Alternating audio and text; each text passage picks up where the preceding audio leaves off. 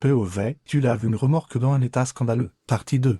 Je reprends le nettoyage de cette remorque en commençant par un petit coup de Karcher, histoire de l'humidifier et de faciliter la vie de mon balai.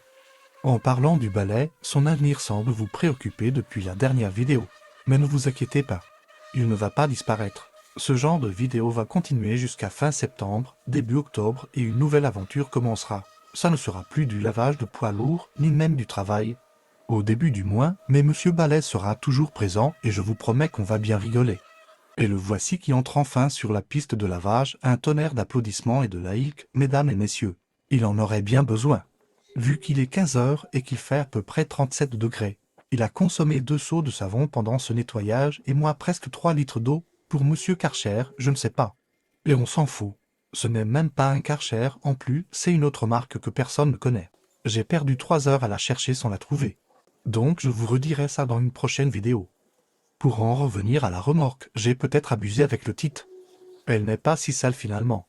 C'était surtout les portes arrière qui étaient dans un drôle d'état, mais pour le reste, ça va. Les rouleaux auraient largement fait l'affaire si un malotru ne les avait pas explosés début juin. J'aurais quand même dû faire les jantes et les barres anti-encastrement, car ils étaient inefficaces à ces endroits.